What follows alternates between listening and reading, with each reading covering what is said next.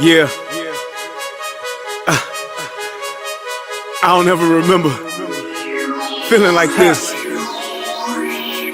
But I'm out here in these YouTube streets. So I want you to get your fingers. I don't know what you're doing. I want you to get your mouse. I want you to check me out. And I want you to check me out. Get ready to do this.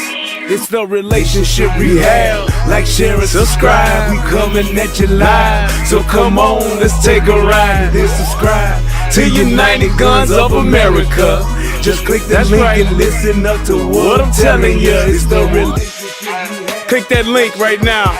You know what I'm saying? It's your boy Brian Redmond, and I just want y'all to subscribe to my channel. You know what I'm saying? I want you to let me know what you think. I'm gonna talk about some things, you can talk about some things, and we can do our thing.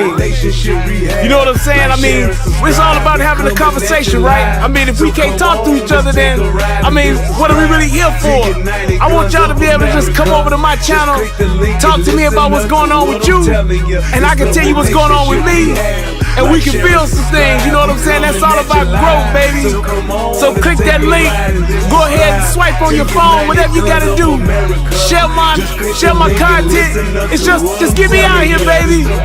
Cause we just talking, you know what I'm saying? It's like, I like doing what I'm doing because it's about the people. It's about us having a conversation with each other. It's about us discussing whatever needs to be discussed. And on these YouTube streets, this is the best place to do it, baby. Like, share, subscribe. That's right. Click the link. Click the link. Yeah. I just want to say thank you to everybody that's out here that's already subscribed. You know what I'm saying? Cause y'all ain't the first one, and y'all ain't the last one. So I just want to give a shout out to everybody that click the link, that click the share, and then subscribe to your boy. Cause we gon' grow this thing together, baby. Relationship rehabbing, United Guns of America. To the world blow up, baby. Yeah.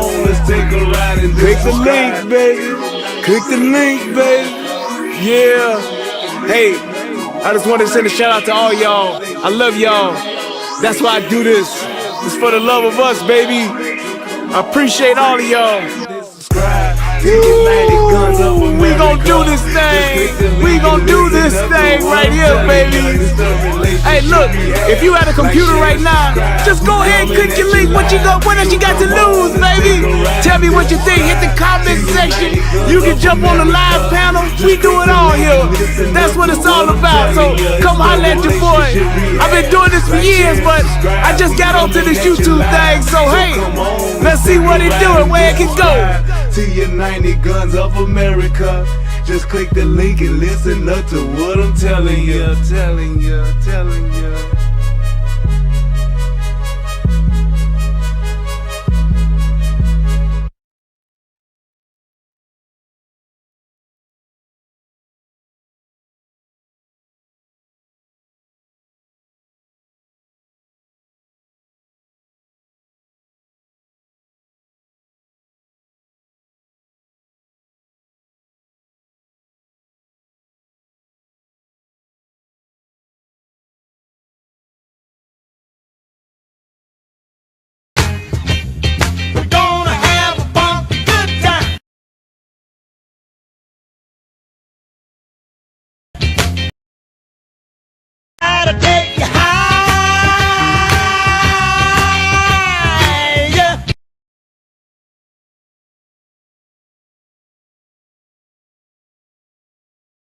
There we go. I ain't got no sound and didn't realize I didn't have no sound, and I'm listening to myself in the show to check the mic and just realized that yeah.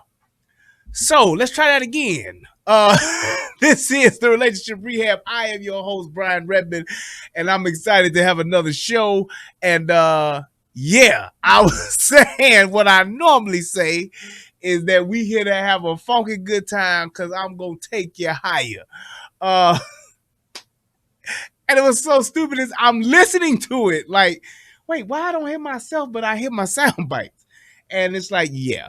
All right. So with that being said, because that was sad, I'm gonna go ahead and pin there we go. Got that together. And I want you guys to please click that like button. Please share the show out because we gonna get it cracking. Yep, I got the sound together now, so we all good. Let me make sure I got the live chat on. We do. Oh, I know what I need to change. I need to change the chat speed to make sure that it is on. Oh, dang it. Where is it at? I got one setting I need to change. Nope, that ain't it. And that ain't it. Where is that? Oh, there it is. Okay, cool. Make sure that that's good. Yes. Okay. Ooh, it's a little warm in here tonight. All right. So, without further ado, I am going to go ahead and get this young fair use cracking. This is my favorite part of the show. Federal law allows citizens to reproduce, distribute, or exhibit portions of copyrighted motion pictures, videotapes, or video discs under certain circumstances without authorization of the copyright holder. This is called fair use and is allowed for purposes of criticism, news reporting, teaching, and parody, which doesn't infringe of copyright under 17 U.S.C. 107. Nope, I don't think I can. Newest. There we go. And that other option is not there. Okay. Yeah, it won't let me do it. All right. So I do want to try something though before I start the show. And where is it at though? Is that it? Nope. Was that it? Nope. That ain't it. Oh crap. This is one of those things where I had a late thought once the show got started and said, I wonder if I can do this. And now I'm trying to see if it's going to let me do it. And I don't know if I can. Oh, wait, there we go. Is it? No, it's not there. There's no slow mode on redirect. No. And is it community settings? Let me see if that's under there. Nope, there go my mods. I'm trying to add the little thing where you can do like a poll, where you can poll the audience and they'll see it when it comes up in their when they come onto the show, it'll pop up in the chat and they can actually select it, but I don't see it nowhere. Dang it. Yeah, I don't see it. And I'm about to give up. Advanced settings, nope. Feature eligibility, nope. Channel, is it under channel? Nope, it is not there either. Oh wait, let me try community. Is it under community? Nope, don't see it there. Don't see it there. And I don't see it there, and I don't see it there. Okay, so I don't think I'm gonna be able to do it. Because I don't see where you can add the whatchamacallits. Nope, I don't see where you can add it. So, but I know there's a way to do it, and I'll have to figure it out later. But with that being said, let's just go ahead and let's get into the show. Let me take this thing out my dang on ear. There we go. So this is one of those shows where I really had to really think about doing it. I really had to debate on if I wanted to do it or not. And apparently I'm here, so I said, fuck it. But one of the things that I really got compelled to do this show is just the fact that those of you who know me and have been watching me for some time, you know that I really don't like doing a lot of stuff that's about kids because I get too emotionally invested and I kind of lose my shit a little bit. And I try not to do that. I try to always make sure that I'm in control of my actions, and I do that by making sure that I'm managing my emotions and all that good stuff. But this one's a little bit different, and after I thought about it, after going through the emotion of being upset, being angry, pissed off, and all that good stuff, I saw an opportunity for me to do this a little bit more creative and to take a little bit more of my personal feeling out of it and really just look at it based on the facts of what we're seeing and what's happening. and I wanted to make sure that the conversation that I'm trying to have and what I'm trying to say and get across to everyone is that this is something that I would like, not just for someone like me who's in my position to try to shed some light on or to have a conversation about, but I think that these are questions and these are some of the things that should be mentioned by everyone. I think that this is something that a conversation that people should be having. If we can sit up and watch, the NBA playoffs, we can talk about why the Lakers ain't made the playoffs. If we can talk about how the Nets got swept. If we can, I think they did get swept. We can talk about Johnny Depp and Amber Heard, and we can watch that shit all day and talk about that. I definitely think that we could have a conversation about this, because this is one of those things to where it's, and there are a lot of people that can go into the whole conspiracy thing behind this, and y'all know I'm only about 5% conspiracy. I'm willing to at least hear it, but I don't like going down a conspiracy rabbit hole. I just don't. It's not good for me, so I really don't like doing it. But I will listen to a little bit of conspiracy. I like my, when you're talking about just being YouTube and all that stuff, I like my conspiracy on the side. I like to just dip in it a little bit and then talk about it like that. I don't like conspiracy as a main course. I just don't. It's not my thing. I don't like conspiracy as a main dish. It's kind of like chili sauce or something. It's like I just need a little bit of that just to make it spicy. I don't need a whole heaping helping of it and pouring it over all my food so I can make it all hot. No, I don't like doing that. So with that being said, it's one of those things to where I really had to just look at this from an objective point of view and just say, well, what is the end goal here? And I kind of got an idea of what my opinion is of it. And it's just one of these things to where I don't like where this is going, period. I just don't. And you'll get my reasons why. But without further ado, I want to go ahead and I want to play a video of what kind of like brought this, out and brought this to the forefront. And I want to give a shout out to my brother Eric, who sent this to me. My man Easy E in the chat, he sent this to me, and this kind of like got the ball rolling for me to do this show. But I also want to give a shout out to Ron DeSantis, because I saw this video clip, but really didn't like stop and pay any attention to it. And then as I dove into it and started really looking, I was like, wow. So I'm gonna take it like this. And we talked about this, me and my brother Eric. Here's what I would like to have happen from a political landscape. And I don't think this is possible, but this would be like what I would like to see happen. I would like to see 45 Savage come back and finish 4 years. I would like to see him. I'd like to see Trump win this upcoming presidential election in a couple of years, and I'd like to see him win 2024 and do his thing and finish his work that he started.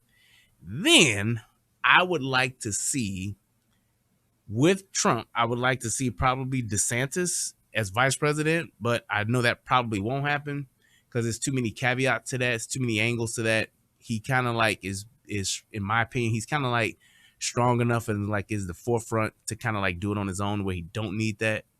But I would then like to see DeSantis come and run after Trump and get 4 years. Then I'd like to see him come back and do another 4. So I'd like to see Trump do his 4. Then I'd like to see DeSantis do 8.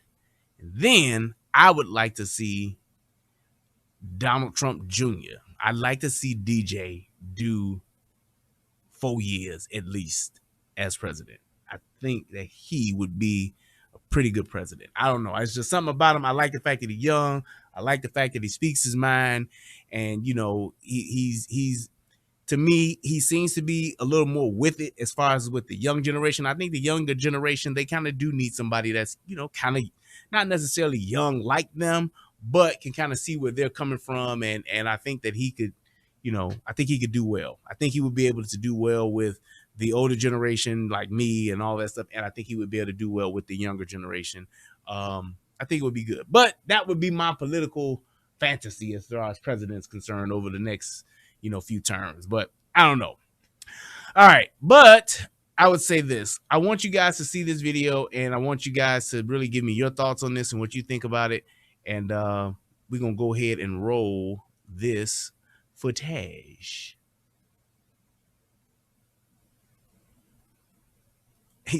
No Brad says agreed, Brian. Who do the Democrats have to run against? Man, dude. Hey, man, y'all don't. I said this. Me and my brother Easy was talking. I said this. I said, believe it or not, and I know this is going to sound crazy, but believe it or not, I have said several a prayer for Joe Biden. Because trust and believe, we need Joe Biden to be around, even in the state he's in now. We need him to be around for at least the next 18 to 24 months. Trust and believe that. I pray. I know it sounds crazy. I know that it don't sound right. And like, what is this dude talking about? Here's why I say that. The last person, and I mean the last person, that we want to be in office is Kamala Harris as the president of the United States. That is the last person that we would want. I would take, what was the chick that ran with oh man, oh my God, the lady who ran for vice president with the dude that died. I can't think of his name. Y'all know it. They had it on Saturday Night Live all the time, and Tina was always making fun of her. Oh my God, I can't believe I forgot her name. But I would rather have her than Kamala Harris. Kamala Harris is probably one of the most. Palin, thank you. I love the chat. Sarah Palin. I would take Sarah Palin as president, and she is just a halfwit. I would take Sarah Palin as president before Kamala Harris. And here's why. Kamala Harris is one of the most disingenuous. She's one of the most just deceptive. I mean, just not a genuine bone in her body type of person. She is just like, yes, I can see my house from Russia, Palin. Yes, I would take her over to be president. I would trust her with the launch codes before I would trust Kamala Harris.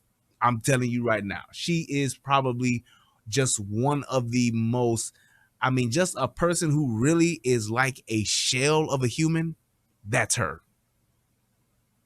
There's so much about her that is just like so disingenuous, so fake, so just, it's like she really like stands for nothing. She wants nothing but, for the people. She just goes with whatever somebody says in the moment. Yes, a real true opportunist. Yes. And it's just like a woman like that being the president, that ain't good for nobody, Democrat or Republican. Yes, that laugh, she's just literally like a shell of a person. That's the best way that I can kind of like describe her, because I don't know her, but the way that she handles herself, carries herself, the way that she speaks, she is literally just like a mannequin, like or a puppet, or just literally like she's just a person by definition. She has just the cells, the blood, she breathes, she's alive, and that's what defines her as a human. But as far as just what does she stand for? What is her agenda? What does she really do? And I'm not just talking about her now being in office, just period. What has been her thing? Exactly. But that's a whole nother discussion. But let's go ahead and let's get it cracking. And we're going to go ahead and dive into this. And I'm going to try to really get my point across with this information that we have here tonight. So please turn to the book of Galatians, chapter 4, verse 27. And we will go ahead and begin with the reading of the word. Yes. Florida's so-called Don't Say Gay bill is now law. The governor went to a charter school this morning to sign the legislation. Tonight, opponents are already talking about the next legal steps. CBS 4's Jacqueline Quinn has the latest. So this is something this is in Florida and other places, school for very young kids, the Genderbread man. Before Governor Ron DeSantis signed HB 1557 into law, he made a point to show why the bill was needed. Looked in the mirror, I saw a girl, kind of. Now I see a boy because of transgender. So this is something that you're putting into classroom curriculum. And those materials, he says, were just a few examples. DeSantis says the bill will make sure materials like them will no longer be present from kindergarten through third grade. The bill requires parents get notified if there's a change in a child's physical health or emotional well-being, making sure that a school personnel cannot keep information or notification from a parent, and to not encourage discussion about sexual orientation or identity in kindergarten through third grade. I want to read that. To not encourage. So here's what the bill says. Parents' rights bill. That's what it's called. That whole "don't say gay" bill is a bunch of it's just a narrative that the left is using, trying to just make this a bad thing. Here's what the bill says. Notify parents if there is a change in students' mental, physical health, or well-being. My question is, number one, why should this need to even be a law? And number two, who would want to keep something like that from a child's parents? That's a question that has to be asked to say, well, why do we need a law like this? Because apparently that is part of the agenda of this whole genderbread person and this genderbread curriculum. The other one, school district may not prohibit personnel from notifying a parent. So that means the school district was keeping personnel from notifying these types of changes with their child. Why on God's green earth would there ever be a situation where the school would be able to control what is going on with, happening to, and or affecting your child, physical health, mental health, or well-being? Why would the school even have that type of authority or want to have that type of authority? Here's the other one. A school may not encourage classroom discussion about sexual orientation or gender identity in primary grade levels K through 3 or not age appropriate. Here's my thing. What type of person or what group of people would think and feel that it is okay to discuss sexual orientation and gender identity to a group of children that are in third grade and below? Now, I'm going to push the envelope a little bit more.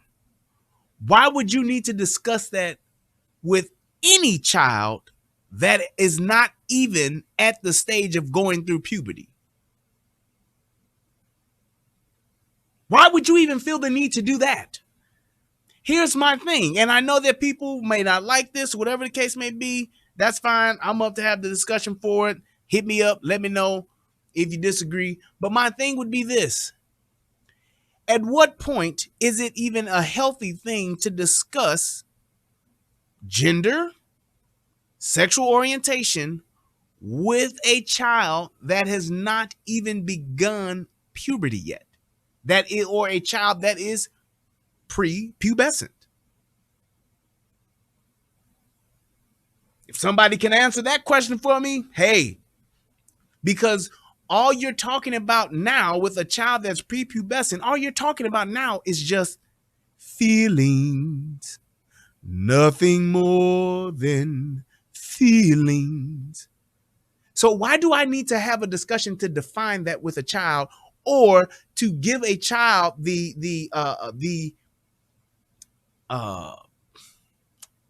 why would I need to give a child the power to make that choice as a child? I don't understand that. I want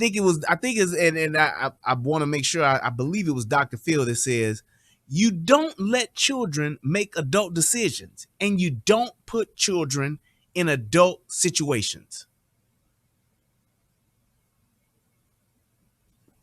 Makes sense to me. And if anybody can, and the reason why I'm stating it like this, I'm literally like laying out points. I'm laying out these bullet points so that people can have the conversation and get answers to these questions. Why would I put a child in an adult situation, and why would I let a child make an adult decision? How I choose to live my life as an adult, why would I need to make that choice as a child?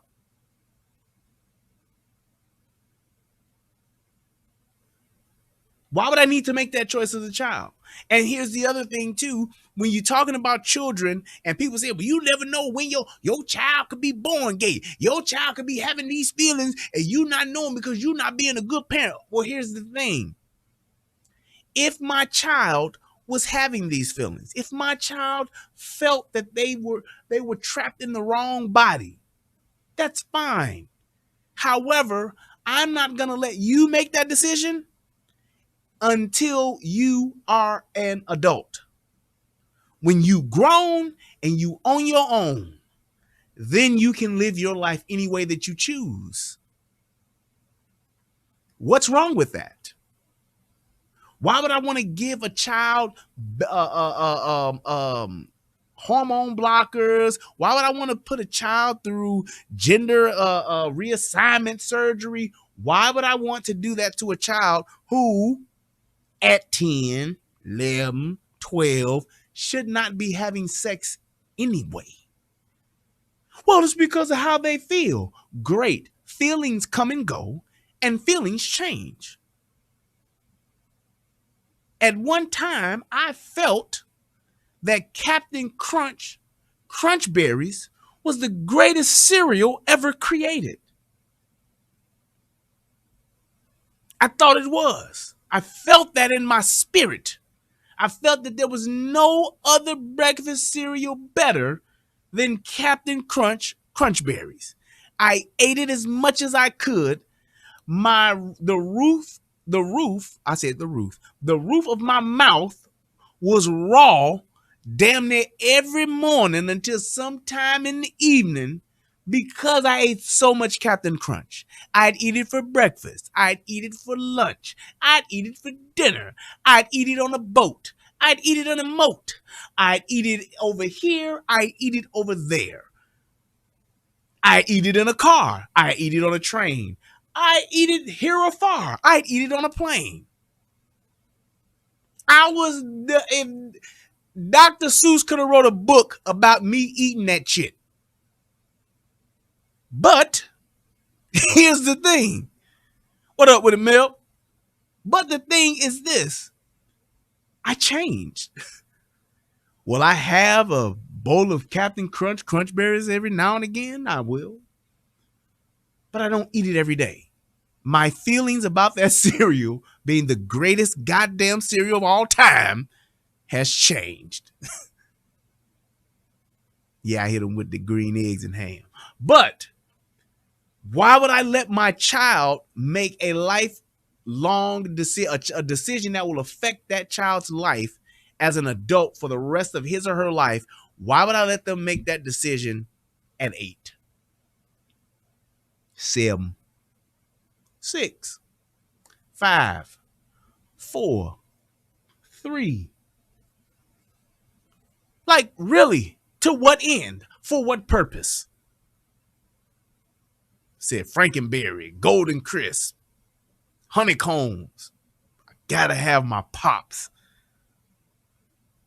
You have to think about that and ask that question. Why would I need to do that?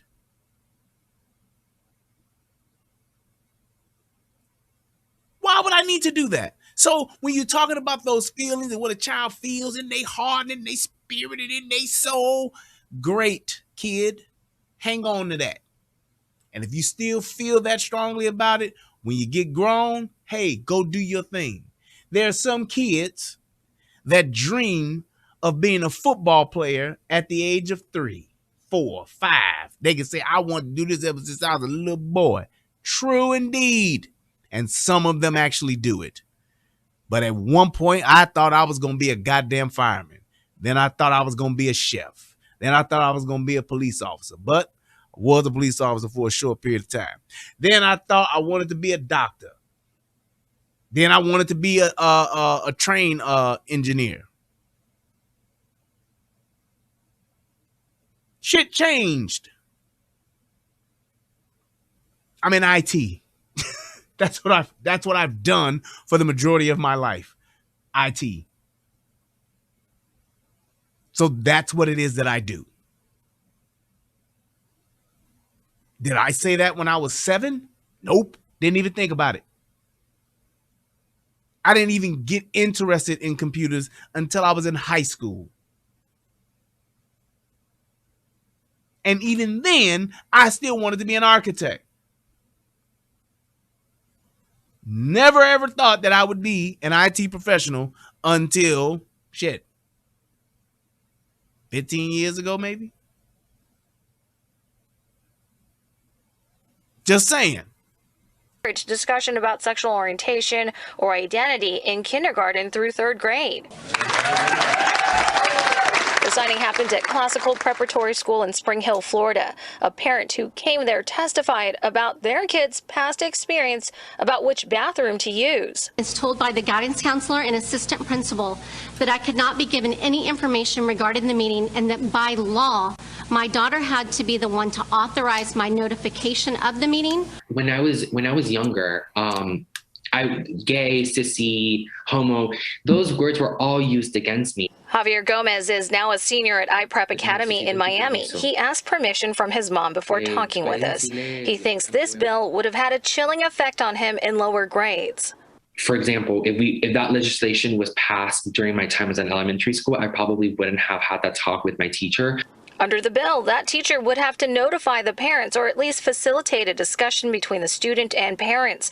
But in some cases, a child might have gay parents. Getting back to the point of, as in general, as a whole, why would you let this be something to where you're saying we have to make this into law because people are having this type of conversation and don't want to tell their parents? That's insane. That's insane. I'll check that link out. Singles them out for whatever reason. Now they're going to wonder, wait, what's wrong with me? What's wrong with my family? Scott Galvin runs Safe Schools South Florida, a nonprofit that advocates to educate and protect LGBTQ plus youth. They've never known a world. If you're a high school student today, you've never known a world where gay marriage wasn't legal. And that's why Scott Galvin says he's getting ready for a long legal fight with some challenges going up to higher courts. In Miami, I'm Jacqueline Quinn, CBS 4 News. And it's like, and right, we never saw this happening in school when I was a kid. I never saw this either. Here's my thing.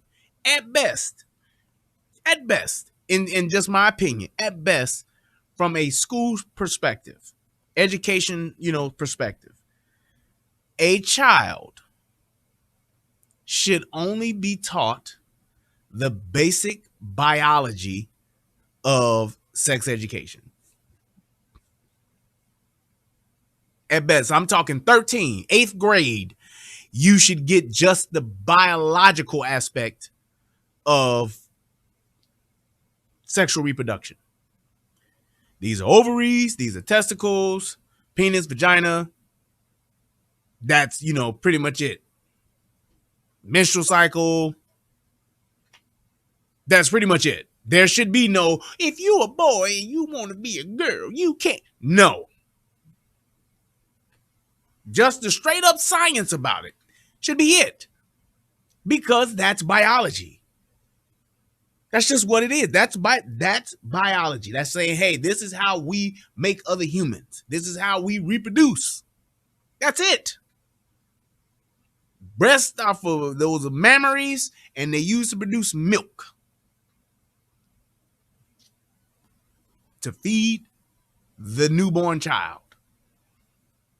This is the gestational period for a baby and all of that kind of good stuff. That's it. That's all it should be.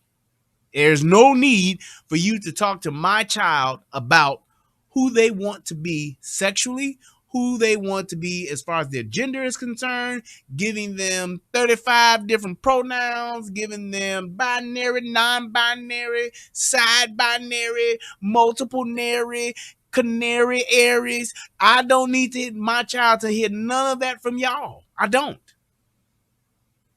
Well, it might be hard for your child to come and talk to you. I understand that. It's hard for some people to have certain conversations with other people. I get it. However, I don't want you doing it, and I damn sure don't want to have a discussion if my kid bring it to you and I'm not knowing about it.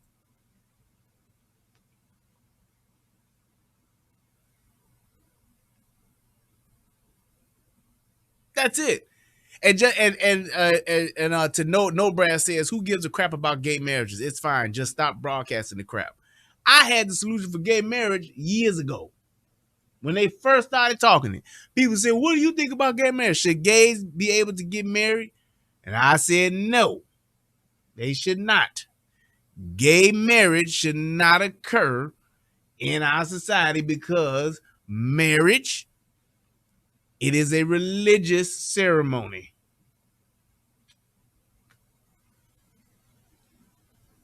It is something that is ordained by God.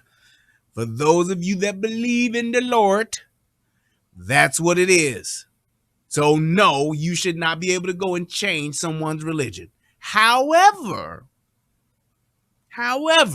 in all fairness, I believe, in my opinion, as small as it may be, as humble as it may be, they should have given people of the same sex that wanted to be together, they should have given them what would be called a civil union. And they should have every single right and privilege that a married couple has.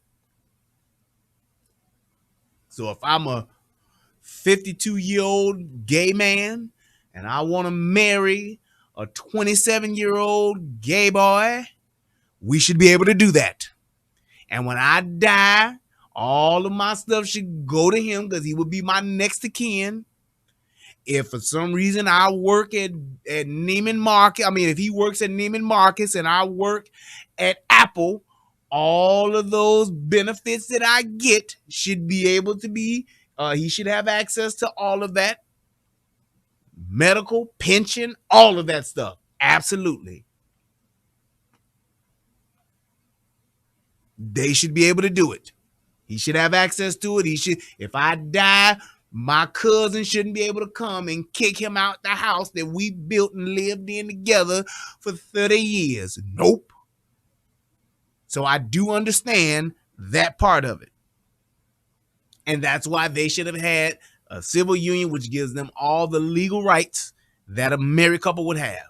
You get my pension, my life insurance, my belongings. You are my next of kin. That was my thing.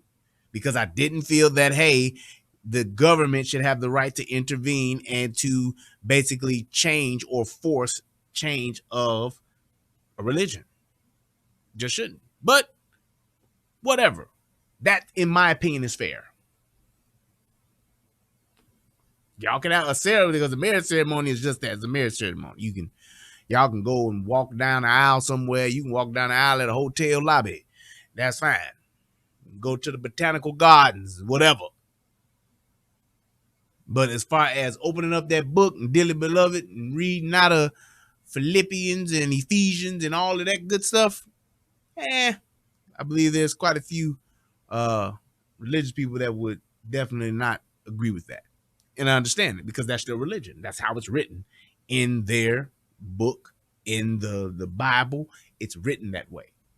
In the Quran, it's written that way. That's what it is. So it is what it is. Yeah, I got that link. I'm going to read it in a second. But that's what it is. So it's just one of those things to where I feel like, yes, I believe that there should be things for adults to be able to do because, yes, this is America and all that good stuff. And a man who wants to live his life out with a man in America should be able to do it. A woman who wants to live her life out with another woman should be able to do it. Just like any other married couple should be able to do it. However, my thing would be this.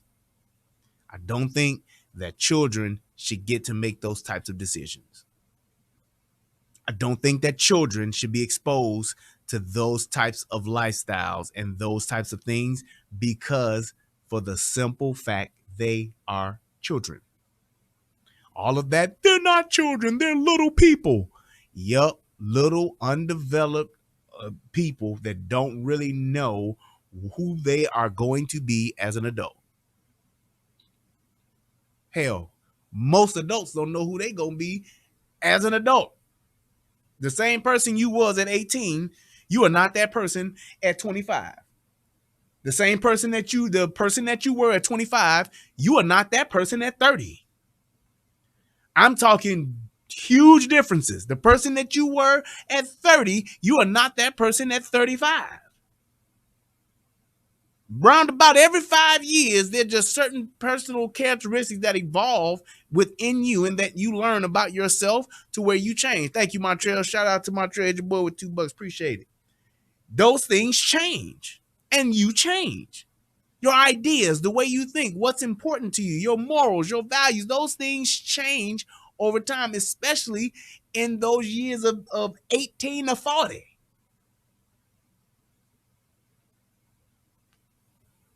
What's important to you at 22 is not that important to you at 32. So yes, it matters.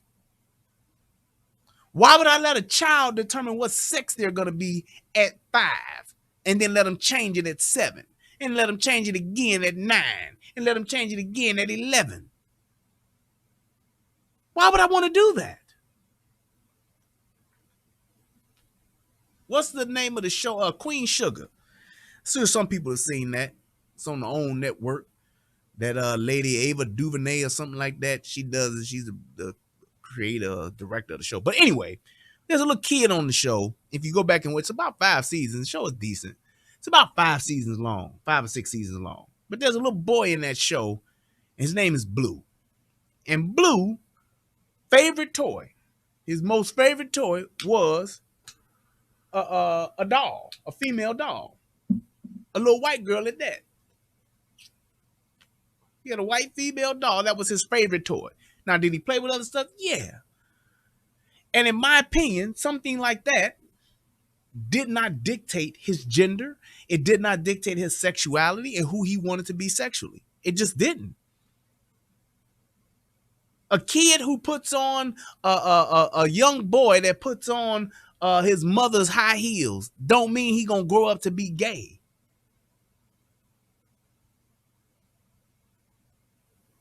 I used to wear my mama used to have these, I don't know how they wore them, but she had these like wooden flip-flops. I don't know if anybody remember them, but my mom and my sister used to wear the shit out of them shoes, and they was loud than a motherfucker.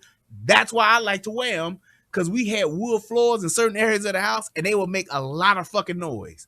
But they was like a wooden flip-flop, like a wooden slide. They wasn't clogs like motherfuckers that they have it on in Holland doing all that river dance and shit. It wasn't those. It was like a wooden slide.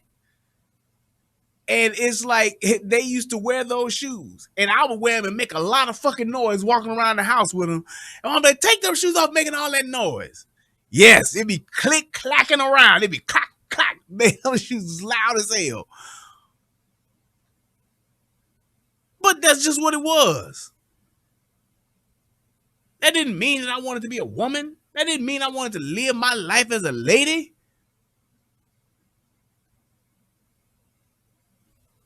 They wasn't, I don't know if they was Dr. Scholl's sandals, whatever, but them motherfuckers was loud as hell. But it's like those types of things as a kid, that doesn't dictate what you're going to actually want to live your life as an adult. I remember being in the store, my mama made me hold her purse. As a little kid, I ain't get no fuck. I hold her, mama. Hold my purse while I get this stuff off the shelves, whatever. All right, fine. My mom used to always tell, don't you never put no woman purse on the ground. I don't know why or what that means. But I don't. Hey, you know what's so funny? I don't do that shit to this day. I do not go in women's purses. and I never put a woman's purse on the ground. I don't know why that's a rule, but I do that shit today. My wife, and I would tell you, the first few years we were married, my wife would always tell me, like, yeah, get my purse and get that out of my purse. Or yeah, it's right there in my purse, just get it out of there. And I would just by second nature, I would just muscle memory, I would get her purse and bring it to her. If she say, honey, can you go to the car and get my wallet out of my purse? I swear I would go and get her purse out of her car and bring it. She'd be like, why you bring me the purse? I'd be like, honey, I was taught to never go in a woman's purse. And I was taught to never put a woman's purse on the ground. I just worry, right? Easy to say, oh, you gonna get your ass whooped fucking around that purse. Exactly. I just never did. I just never did. I was taught that way. So that's why I would always it was just a thing about it where anytime my wife would ask me, honey, grab my purse. Honey, can you get this and set that in my purse? If she asked me to set something on top of it, I set it on top. I would just set it on top. Boop, there you go, babe. Or I'd drop it in. But never would I go in her purse. I just won't do it. It's weird, but that's what it is. That's how I was just taught that way. But it's like, though there's just things about us that, like, we're raised by men and women. It's like we come from the same, like, genetic pool. It's like, man, that's just what it is. That's just what it is. But it is what it is. I'm gonna read this thing right real quick that Eric sent. He put in the chat. Oh, it's a video too. Okay. So check this out. A teacher says students should learn eggs come from ovaries, not women, to support transgender, non-binary kids.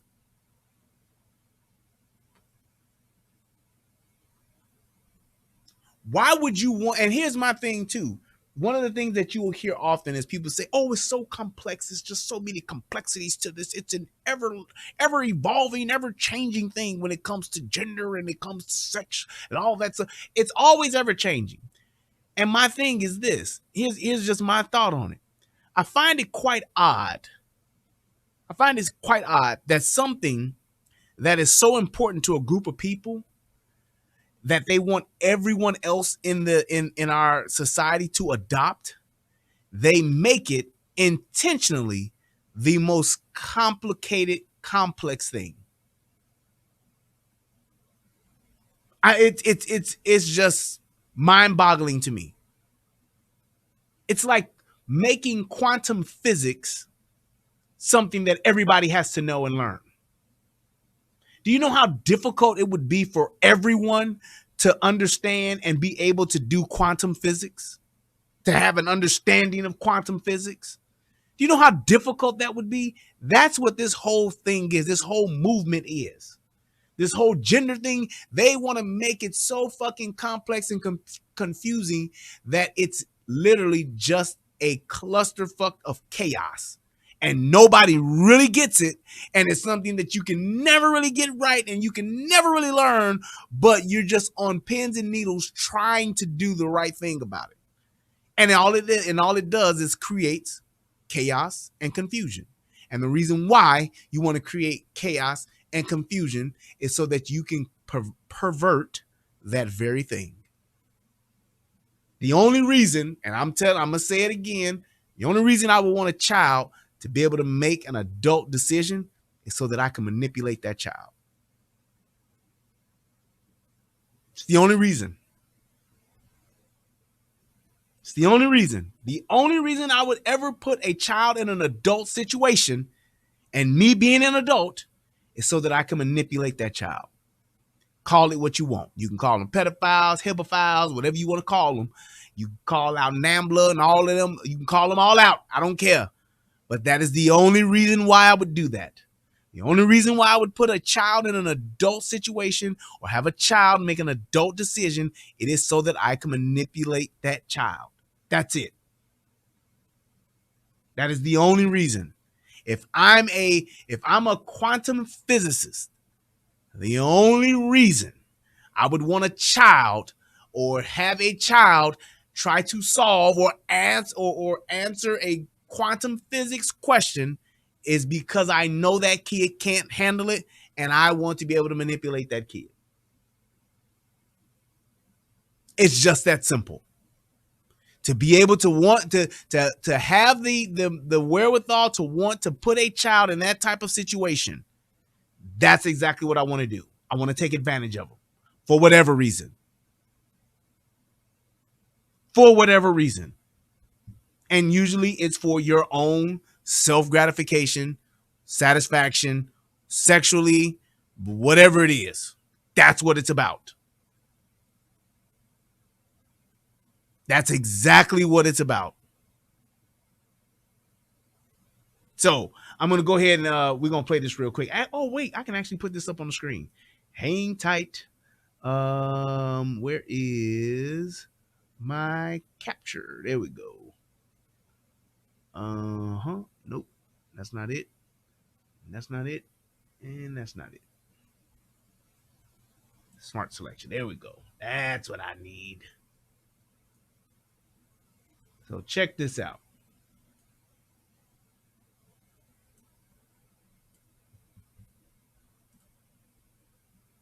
I was thinking about that press conference that I knew that was gonna happen. It's gonna run that commercial. Y'all remember when Bush got that shoe thrown at him? Well, that was crazy. I can skip the ad. Perfect. Riley, now, as you point out, these are sixth grade girls being forced into this situation. So what's been the reaction to your speaking out here? Well, the reaction has been good, I would say.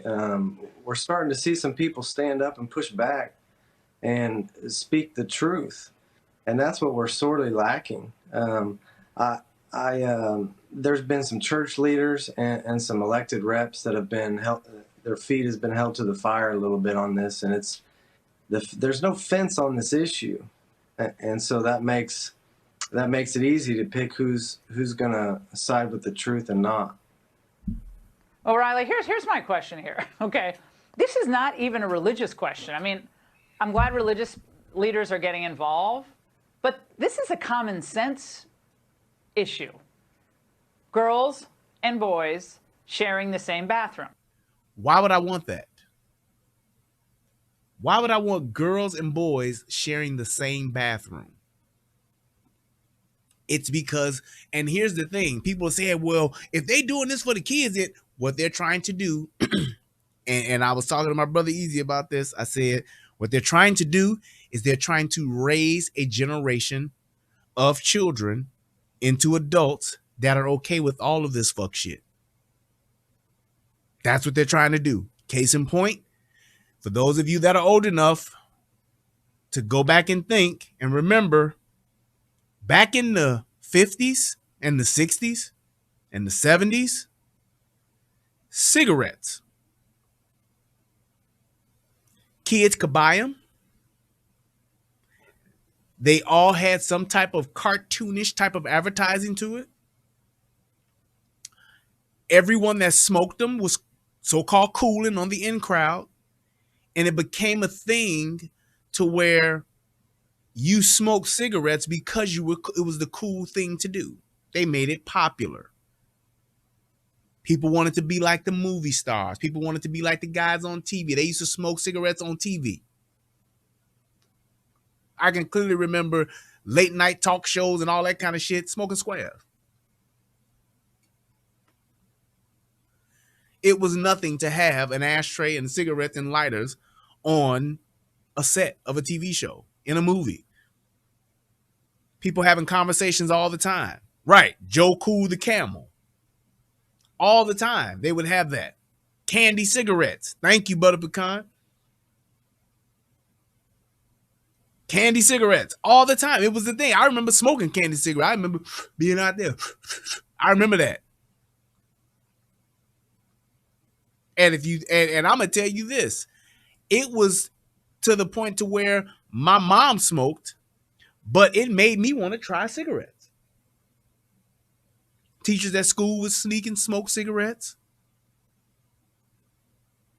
Yes, you do something long enough, you let enough generations do it, and it becomes a thing. It's normal. And I remember forcing and the only reason I'm gonna tell you right now, the only reason why I did not make cigarette smoking a habit, because I've tried a total of maybe about 4 cigarettes in my lifetime at different stages of my life, and each time I was like, hell no. As a kid, I was maybe in about 7th, 8th grade. Me and my boy, man, damn, rest in peace, Ronnie. But me, my best friend Reggie, his twin brother Ronnie, and their cousin Mikey. 4th of July weekend, I'm over at the twins' house. We kicking and having a good time, and we got bottle rockets and all that stuff, fireworks. We ran out of matches. And I think it was either Reggie and them granny, they mama, because she smoked too, and Mikey mama smoked. All of them smoke. All of those women smoke. And we was like, we don't have no more cigarettes. We don't have no more lighters. They gave us cigarettes. They gave each one of us a cigarette. And like, here, light your fireworks there, because the cigarette burns slow. And all you got to do is put it up to it and let it, it light off rockets. We lighting off rockets. We kicking it, popping off firecrackers. We doing our thing. And I said, man, I wonder how this shit tastes. And we all said, like, yeah. Like, man, let's see what it's all about. We couldn't do it. Hit it like 3 times and say, oh, no, that shit nasty. That shit terrible. I'm not. Nope. That's in 7th, 8th grade. 6th, 7th, 8th grade, one of them 3. So then I tried it again in high school. Like, man, y'all niggas smoking these squares. Man, give me a square, man. Man, you don't smoke squares, man. Man, shut the fuck up. Give me a goddamn square, nigga. Hell. Light the square up, like, man, this shit's terrible, man. What square is this? A Newport? God damn, in a box menthol. The black cigarette, the universal black cigarette, is a Newport in a box menthol. Crazy niggas smoke cools. You see a nigga smoking a cool cigarette, that nigga's crazy. Every nigga that I've ever known to smoke cool cigarettes, they crazy. Just saying. But that's what you did, because it was such a thing to where it was like normal. He's like, shit, everybody smoke. My mama used to smoke Salem Light 100s. I remember that because she used to send my ass to the store to go get them. And I used to go in there with the little money. My Uncle Ed, rest in peace, Uncle Ed, he smoked Pall Malls, no filters. Boy, one of the craziest niggas that I loved to death, one of the smartest men I knew. That man there is responsible for a good portion of my personality to this day. But he used to smoke Pall Malls. I used to go to the store. Look, and y'all niggas know how this shit was. I used to go to the corner store for my mama and for my Uncle Ed. My Uncle Ed would be like, give me a pack of Pall Mall, get your mama a pack of Salem Light 100s, and get me a 2-liter of Pepsi, and get me a bag of hot stuff. My Uncle Ed loved Jay's hot stuff. Don't get them knockoff motherfucking hot stuff. Get me the Jay's hot stuff. And that's what I go get. And he'd be like, and keep all the rest of the change for himself. Because Uncle Ed had that money, baby. He's working for Endless Steel, baby. Getting that money. And shit, that's what I did. So I was around squares all the time. That's just what it was. My Uncle Chucky used to roll his own. I forget what Uncle Chucky smoked. I think Uncle Chucky smoked cool. Crazy. I think he did, but whatever. But it was a thing where it was just around kids. They just did it. That's how you get them involved. That's how you get them to it. You get them hooked on it. The fact that I did not smoke cigarettes was clearly a choice. Now, I know people identify as different identities. I understand that's happening, and that's become very trendy. And percentages of people, it's growing, oddly, but it's growing. But nevertheless, a 6th grade girl now is forced into this situation. So my question to you, are parents, other parents, afraid to speak out because they're worried about their child being in some way bullied, or perhaps you won't get that recommendation to go into a next school, or maybe later on go to college? That's what I find when I talk to parents. They're afraid. Yeah, they're afraid of being canceled, fired from their jobs, ostracized, being told they're hateful. And And you did say it's not a religious issue, and you're right. And my thing would be this. Why would you want your kid to use the bathroom with the opposite sex?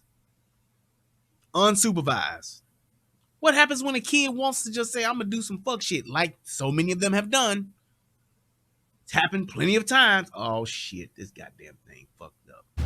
See? In 2020, what happens when that does happen? When it does go that far? Your kid gets sexually assaulted in the bathroom. Oh, my God. Gets sexually assaulted in the bathroom, and because they in the bathroom, ain't nobody there to help them. So what? Fuck it. My kid just gets fucking raped, gets felt up, gets physically assaulted, or whatever the case may be? Hell no. Bunch of dudes decide they're going to use the girl's bathroom now and creep under the stall and shit and all that kind of shit. Why would I want my kid to be around that? Why would I want my kid to be subject to that? But here's the bigger question. Why would some school officials and some other adults want to put a situation like that for children to have to endure?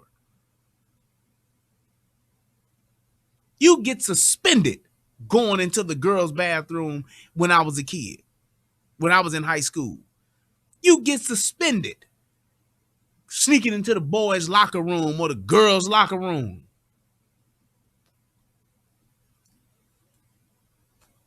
That's just what it was. Wasn't no thing where you got to play around like that. Why?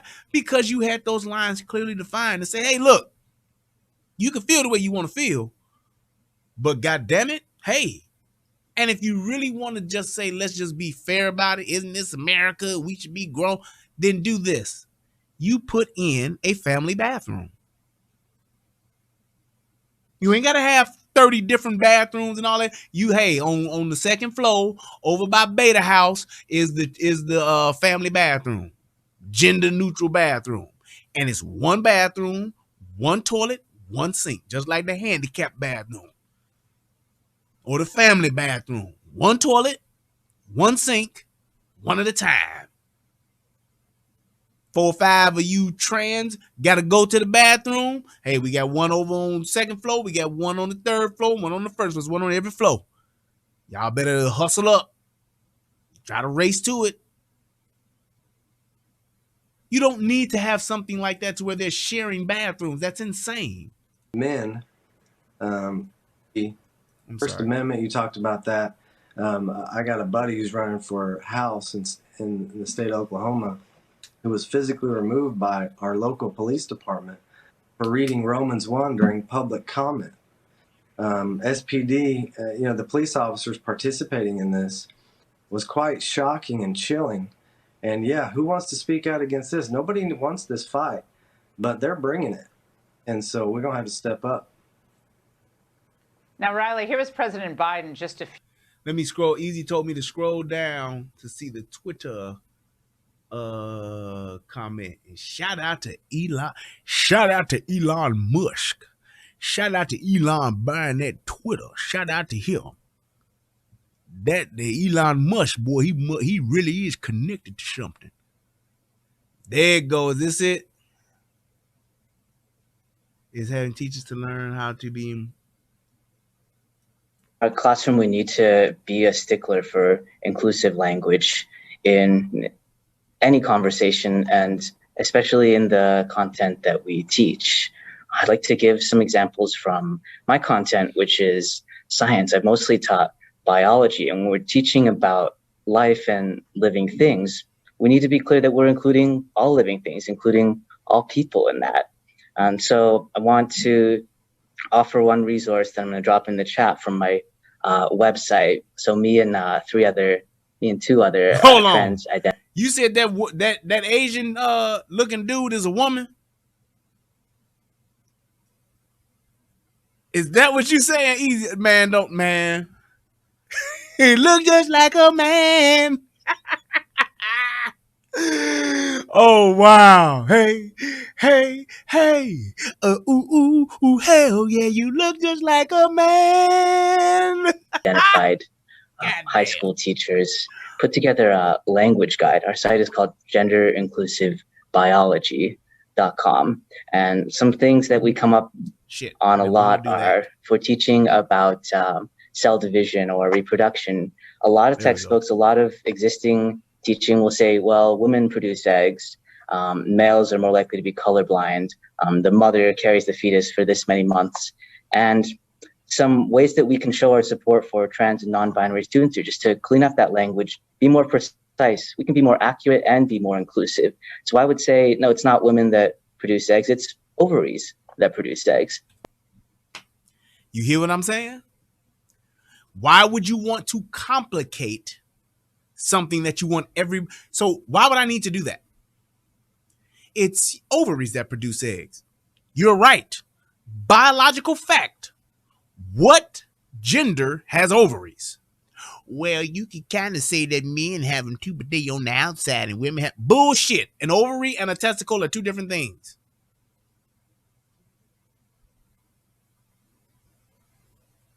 An ovary and a testicle is two different things. So why would I not want to say that? And my thing is this: women should be pissed off at that shit. Why would I want to say that a woman don't have ovaries or acknowledge the fact that females have ovaries and they are the ones that produce eggs? Now, if you want to cut off your male parts and you want to live as a woman, fine, no problem. But don't try to confuse the fucking biological fact of science and say, well, the science is wrong. That's not science. No. That's exactly what it is. Well, what about the 1% that are intersex? It's 1%. It's like even when you go fill out an application, you have black, white, Hispanic, Asian, Native American. You don't have vitiligo. Vitiligo is technically both. I'm black and white, like Michael Jackson. I'm black and I'm white. Yeah, yeah, yeah. I'm black and I'm white. Yeah, yeah, yeah. So why wouldn't I say that? Hey, are you black? No, I'm vitiligo. I'm V, motherfucker, and not for vendetta.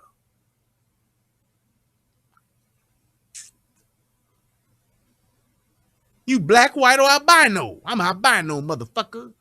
Yeah. Where my A people at? Where my blind cats at? Where my guys with the low with the subpar vision at? Where my cats at with the dancing eyes? It's not that you're not acknowledging that they exist, but there's no reason for you to make a specific category for someone that has that because it's a small percentage. Doesn't mean that they don't matter. It just means that you don't have to necessarily do that for general stuff. I don't need to say that women women don't have ovaries. Ovaries just eggs come from ovaries. What the fuck does that mean? Why would I want to make it more complex? It makes no sense. Are you male, female, hermaphrodite, whatever? Why would I need to do that? When the greater majority, upwards of 99%, are this or that. Nothing is absolute, but you don't have to change the entire group and the entire whole for that. There's no reason to. That's accurate. That's precise.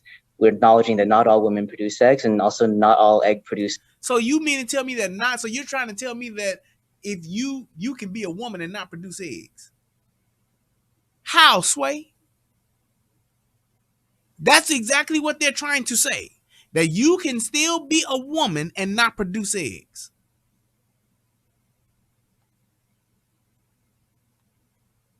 Why would I want to do that? Why would I have the need to create that type of narrative and have that type of, why would I need to acknowledge that part when I biologically know that that's not possible?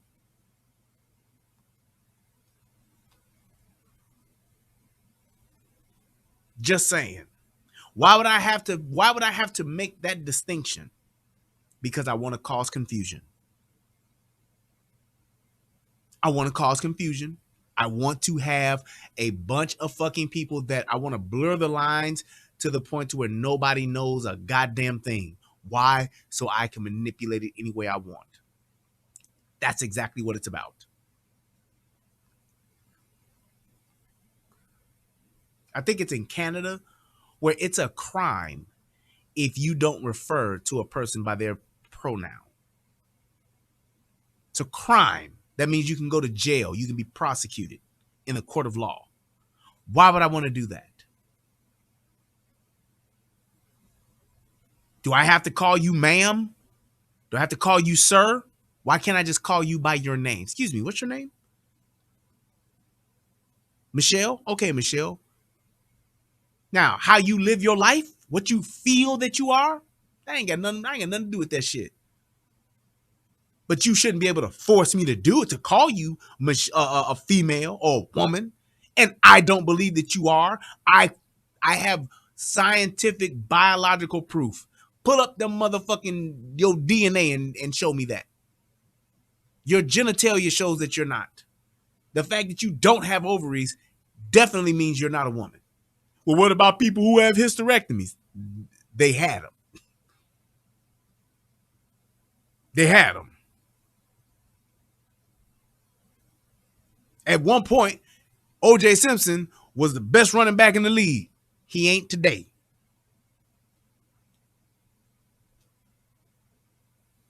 That's the point.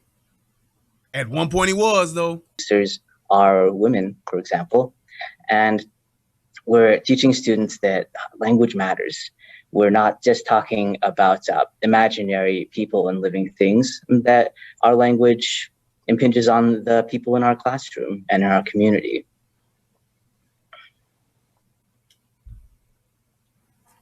And this is the conversation. And the fact that you're asking for something like this, all it means is that I don't want it to be black or white. I want it to be gray, so I can have it. I can have the lines blurred. I can have the whole entire situation so muddy and so cloudy that nobody knows nothing. And I'm going to tell you like this. Anytime you want to create confusion, it's so that you can manipulate the situation. That's it. That's it. That's all. That's it, and that's all. Let's go ahead and go to this next one. And this is where it gets really weird. So, oh yeah, I'm gonna go here. So this whole Genderbread guy, let's just watch. Finkel is Einhorn. Einhorn is Finkel. Finkel and Einhorn. Einhorn and Finkel in it together. But how? Why? Finkel is Einhorn. Einhorn is Finkel. Einhorn's a man. PLAN International is committed to achieving gender equality and fostering an inclusive society. We support and empower adolescents in all their diversity, regardless of their gender, ability, ethnicity, or any other identity. This includes sexual orientation, gender identity, gender expression, and sex characteristics, or SOGIES for short. So check this out. They're trying to now tell you that gender identity is in the mind. Then they're trying to tell you that your sexual orientation is in the heart. It's how you feel. Then they're going to tell you that your sex characteristics can be whatever. Them your sex characteristics are your parts, your private parts. And that's gender expression.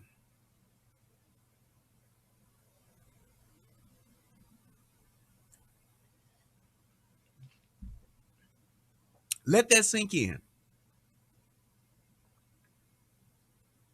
It sounds like a Dulo. This is definitely, well, Dulo twist can be anything. It could be a person, place, or thing. This is definitely could be called a Dulo twist. So I'm going to say that what I feel, if I'm a man or a woman, that's in my mind. What I like and what I prefer, that's just in my heart, my sexual orientation. Homosexual, heterosexual, bisexual, that's all in my heart, how I feel. All my reproductive organs, that's just a characteristic. So I could be a woman who likes women with a penis. Can somebody please tell me how that makes sense? And I'm just saying like this, not to really go down the rabbit hole, but there's no reason to confuse this, because if I'm a man physically and I want to dress up like a woman, I want to look like a woman, this America. But everybody knows that I'm a biological man. The biology, the biological characteristics, the biological makeup of me as a human being dictates that I'm male. Now, I may like other men. I may want to dress up as a woman, but I'm biologically a male. That's just it. And anyone that wants to confuse that and say, no, that's not true, you're trying to create chaos and confusion so that you can manipulate the situation and you can manipulate the other person or the group of people. Exactly, Easy. I was going to get there. If that's the case, can I change my skin color in my mind? I can say that. So, because essentially what they're saying is that I should be able to say I'm white. I identify. I look black, but I identify as white.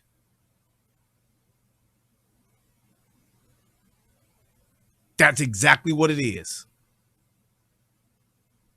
Whether I get my skin bleached or not, in my mind, I believe that I'm white. I feel in my heart that I'm white. My skin, this is just a characteristic. But it's whatever I feel and what I have in my heart, that's what I am. And if you don't address me as that, then now you're a bad person and you are actually creating a violent act on me. A pig could say it's a human. Yeah, this hog I got right here, that's a person. That's essentially what we're saying. That's the rabbit hole that they're trying to get us to go down. Right, in your mind, gold mouth. It's like Ray's Boom Boom Room.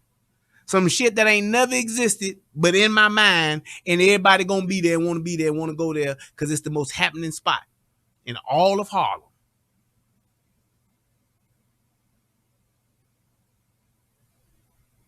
I got a 8-foot man. I got a 6-foot man. There's something tall. 4-foot shoulders, and that ain't all. He's a king-size papa. He's my king-size papa. Sing, girl. I take the hinges when my baby comes home. I take the door off the hinges when my baby comes to call.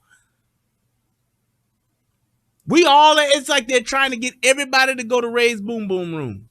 When all in reality, we all sitting up here laid up in a hot, nasty, dirty, stinking ass Camp 8. Gun line and all. Working the chain gang every day like a motherfucker. That's the reality. But in my mind, we all in Ray's Boom Boom Room every night. Eating steak, telling Claude to go get us some Worcestershire sauce before we whoop his ass. Got gold mouth at the door. We got radio on the drums. We got poker at the table, shooting dice. Let it ride, Ray. It's insane. But what actually is Soji-esque? Let's break it down using the Soji-esque person. This helps us understand that each of the individual terms has a different meaning, and combined, they make up a person's Soji-esque identity. Let's start with sexual orientation. This is shown as the heart, as it's about who you are emotionally, physically, and sexually attracted to. One Whatever. person might be attracted to someone of a different gender to themselves. For example, a woman who is heterosexual is attracted to men. Another person might be attracted to someone of the same gender as themselves. For example, a woman who is a lesbian is attracted to other women. Yes, Calvin. Yet another person might be attracted to people of more than one gender. And I'm going to say this, Calvin. He made a great point. He said, Brian, this is a great breakdown because it's all psychological. It's all in my mind. Here's my point. Another one.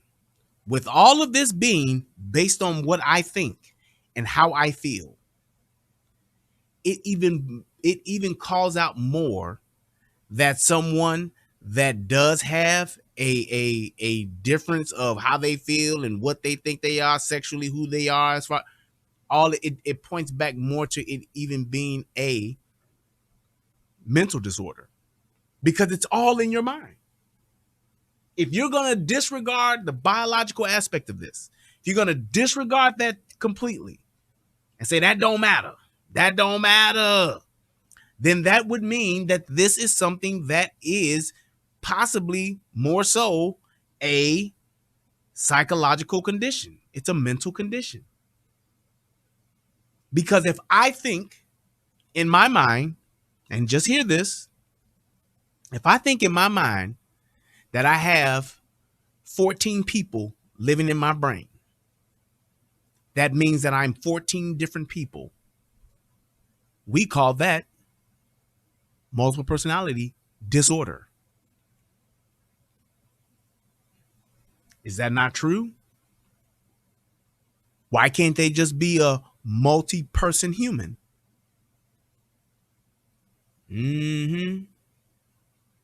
Why can't that person who believes just like what's the dude in the movie? Damn it, I can't think of his name. Great actor too. Great fucking actor. Shit, y'all know who y'all know who I'm talking about. Y'all gonna let me know. But that dude that played that role in that movie, and he had all those different personalities. He was a woman, he was a man, he was a 12 split. Thank you, they call me B. Thank you. Split. That would just mean that dude is just Ed Norton. That would mean that he's just a multi-person human. He should not be in a mental institution. He should not be diagnosed as mentally ill or mentally challenged or none of that. He should be considered a multi-person human. And if the killer shows up, he should have every right to do so. Oh, who are you today? Oh, well, actually today, unfortunately for you guys, I'm the mass murderer.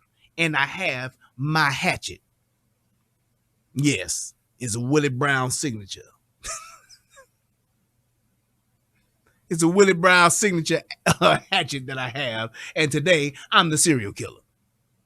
Chop, chop, chop. That's just what it is.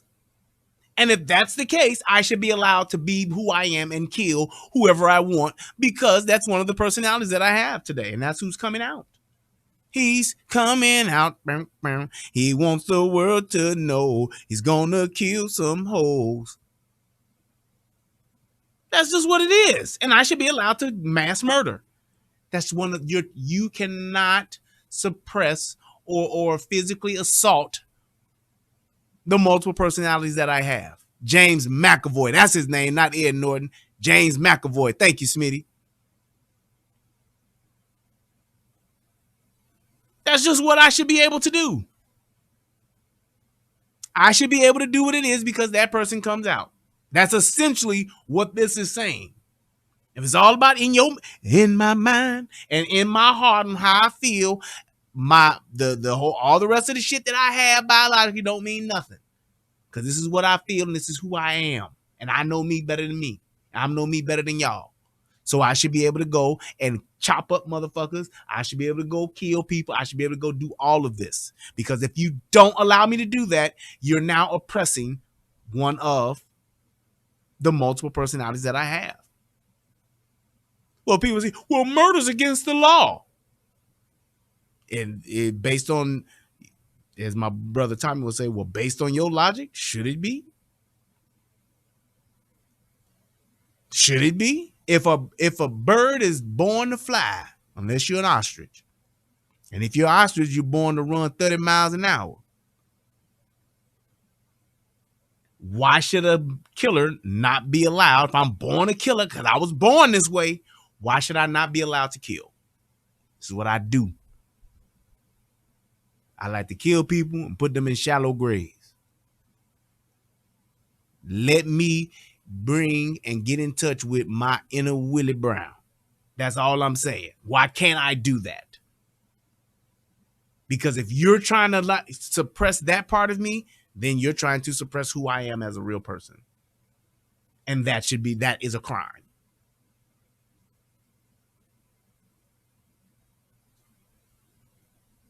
That's just it. Right. If I feel like I'm a little girl today, it shouldn't matter that I have a 12-inch penis and I just like to, use the bathroom standing up sometimes.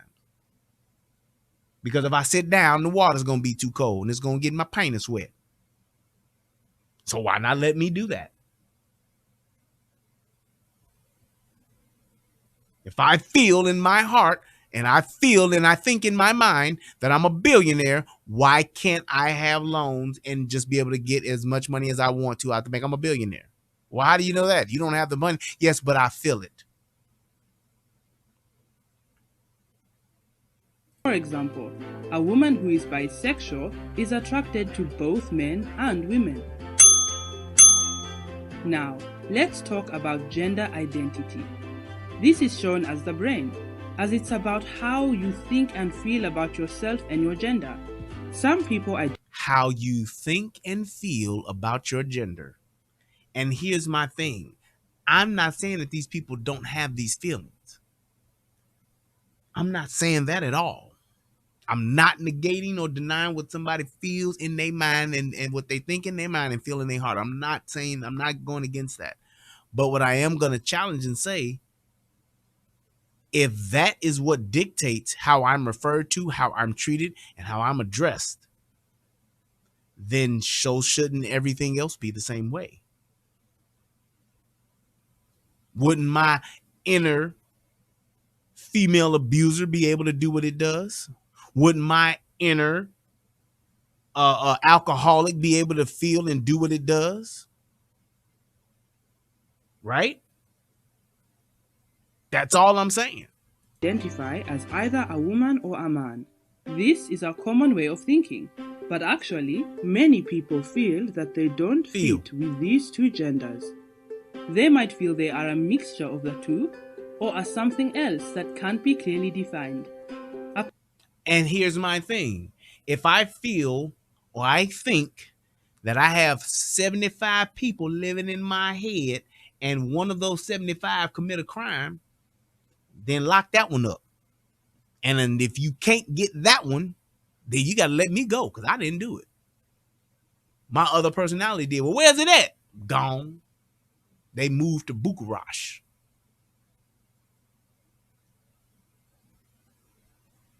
Just saying. A person's gender identity might reflect the sex that they were assigned at birth, or it might not.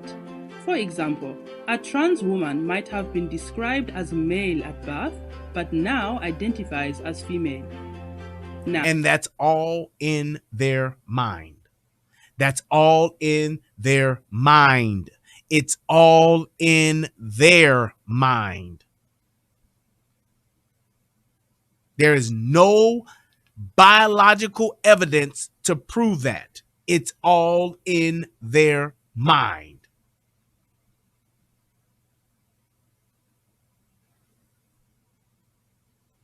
Now, gender expression. This involves the whole person because it is about the different ways that you communicate your gender identity to the outside world. This could include how you dress, what haircut you have, how you act, or what name you use. None of those, and I mean none of those, have any scientific foundation. It's all perception. What I perceive to be female attire is just that. What people wear, when men wear kilts in Ireland, they are not considered female. They're not. They're considered a man in a kilt. It does not dictate their gender. It doesn't. It does not. So why would I try to let what I wear, the way that I wear my hair, the way that I behave or act, which is a great word, actors act in different characters all the time. So do people. And what I call myself, none of those have any type of biological, scientific roots. None of them. Not a single one of them. So why would I say that, yes, this is how you define yourself, when I clearly have biological science and fact that does that? I tell you why I would want to do it, so that I can confuse people and manipulate people. That's why.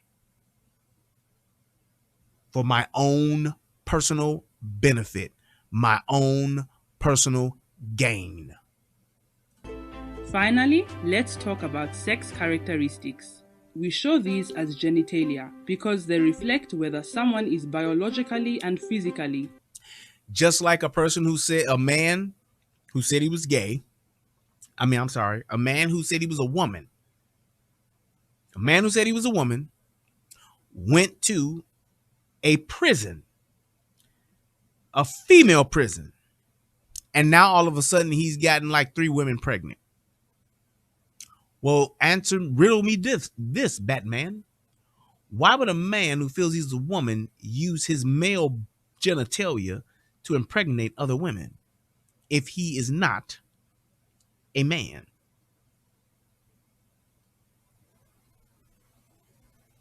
True story. I think it's in New Jersey or something like that. New Jersey or Connecticut or some shit like that. A man, a biological man who identified as a woman, went to a female prison and was treated as a female, however, had heterosexual sex with several women and got them pregnant. So we're not even talking about the ones he's actually slept with. We're just talking about the ones he has pregnant.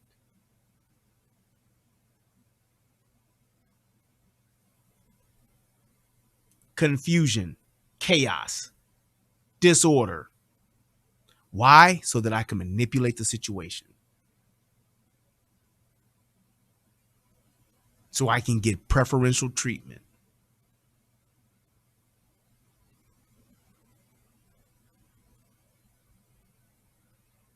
Just saying. Female or male. As well as your external genitalia, sex characteristics include your hormones, chromosomes, body shape, voice pitch, and body hair. A person who is intersex is born with sex characteristics that are not completely male or female. They are a combination of both. So, let's put all the pieces. And if that's the case, because there's a very small percentage of people that are, why would that be something that, why would the exception to the rule become the rule?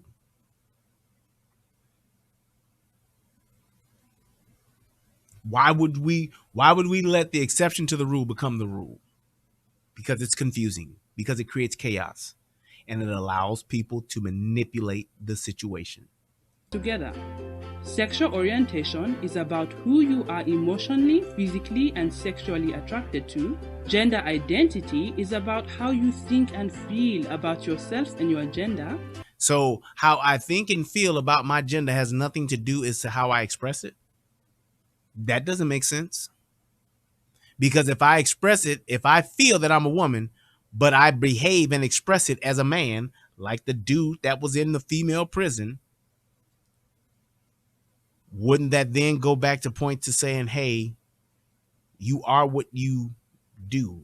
You have male genitalia And that is exactly what you're using to impregnate women.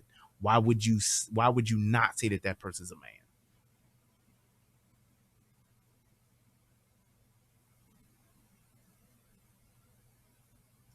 Why would you not say that person's a man?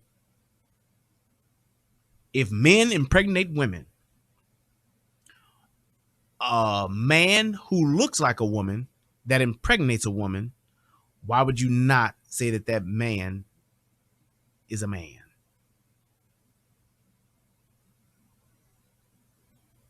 Because you want to cause confusion so that you can manipulate the situation, which is exactly what that dude did. Sorry, but that's the fact. That dude wanted to go to a jail and a prison where he could manipulate the situation to his advantage. He wanted him being the only male as that's living as a woman in the jail gives him an advantage. Gender expression is about how you communicate your gender identity to the outside world, and sex characteristics are about your biology, such as genitalia, hormones, and body shape. Each of us has a sexual orientation, a gender identity, a gender expression, and sex characteristics.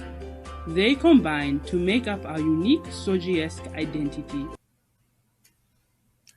Is that like some Captain Planet shit? By your powers combined, you are Captain whatever the fuck you want to be in the moment.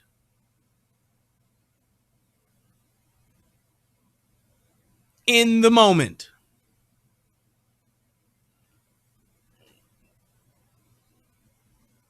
Why would you want that to be the standard?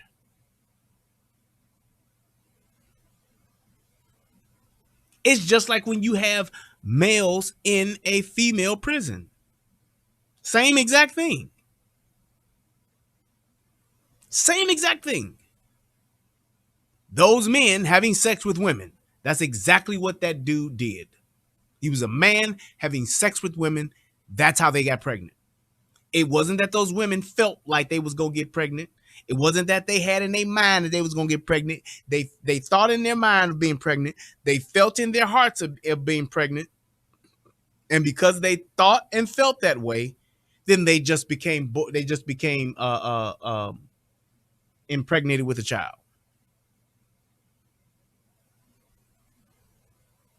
I'm going to hit that at the end, Smitty. Soji-esque is fluid. This means that there are lots of different options with no right or wrong way to be. Also, things can change over time. Our Soji-esque identity combines with other factors such as our age, where we live, whether we are rich or poor, or whether we have a disability. Whether I'm rich or poor. My identity is based on whether I'm rich or poor, where I live, and my age. My disability. Why would you want to add that many variables to your identity? To make who we are. It also affects our power. And just think about that word, your identity. I will tell you why you want to add all of those things, so that I can conceal my identity, so that I can be something else, so that I can change into whatever it is that I want based on the situation that I'm in.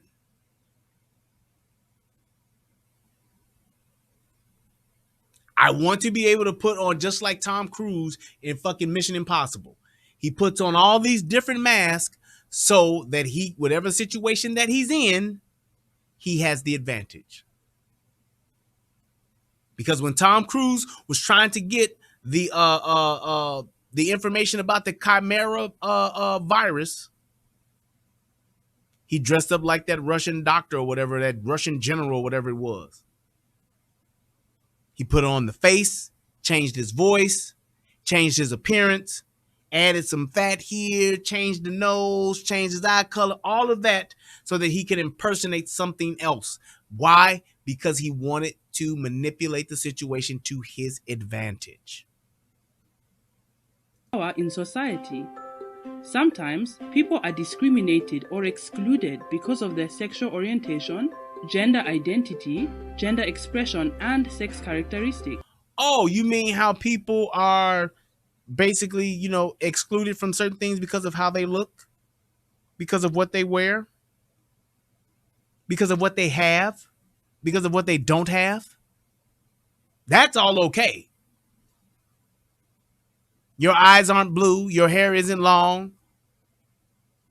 Your hair isn't blonde. So you're going to get excluded from whatever. You're going to get treated differently, whatever the case may be. Why would I want to be able to do that? So that I can control the situation to my advantage. I want to be able to manipulate people and situations. That's exactly what you want to be able to do. To what end? Whatever it is that you would want. Whatever you ultimately want.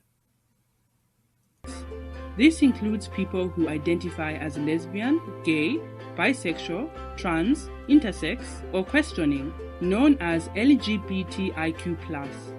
So there is literally no clear, defined definition. So that means I can clearly be whatever it is that I want. And you have to accept it.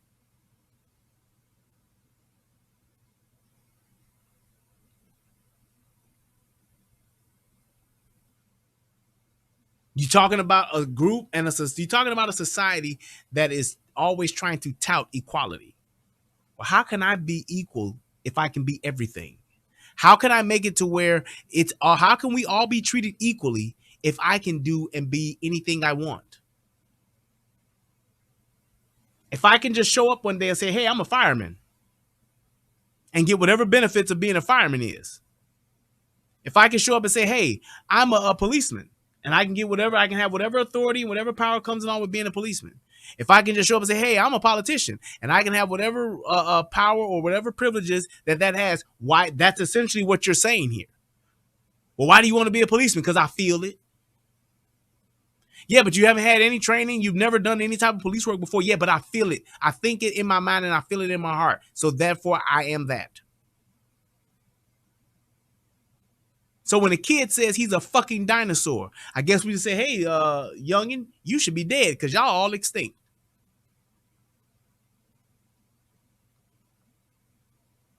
When a kid gets on the floor and starts acting and barking like a dog, I guess we should put a leash on that motherfucker and feed him some strong heart.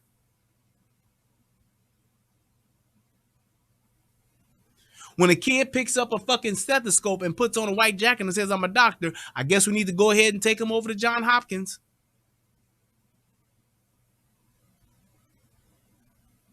That's exactly what we're saying here. And I know it sounds far-fetched and it sounds just fucking stupid, but that's exactly what this is doing. Do whatever, say whatever, be whatever, and nobody can question it because we don't want to have it to where anything's defined.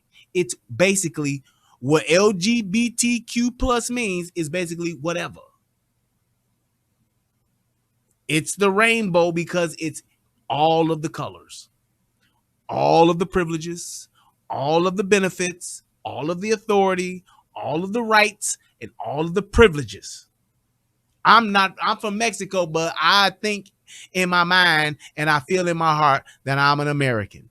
Let me the fuck in. That's what you're saying. That's what this philosophy is. That's what this ideology is basically dictating to everyone.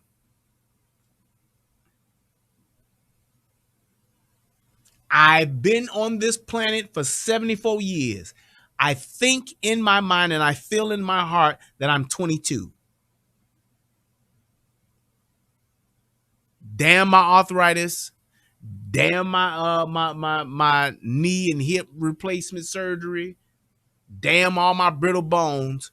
When I die at 79, 85, 91, on my tombstone to say he was a 22-year-old man that lived a great life.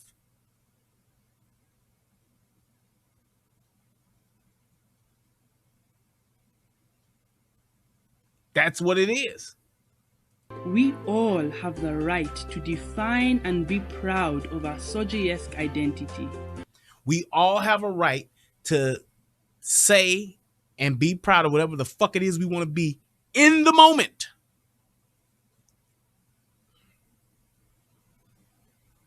In that moment, whatever it is I feel in my heart and think in my mind, that's what I am. If that ain't a mental disorder, I don't know what is. There is no need to stereotype or harm people. Everyone is unique. We must all recognize, accept, and celebrate this diversity. Whatever it is that they say and they feel in the moment, whatever I think and whatever I feel, we should all recognize it, accept it, and celebrate it.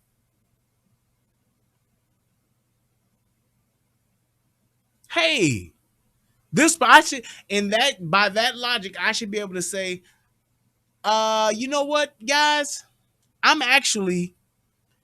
I think in my mind and I feel in my heart that I'm Steve Jobs.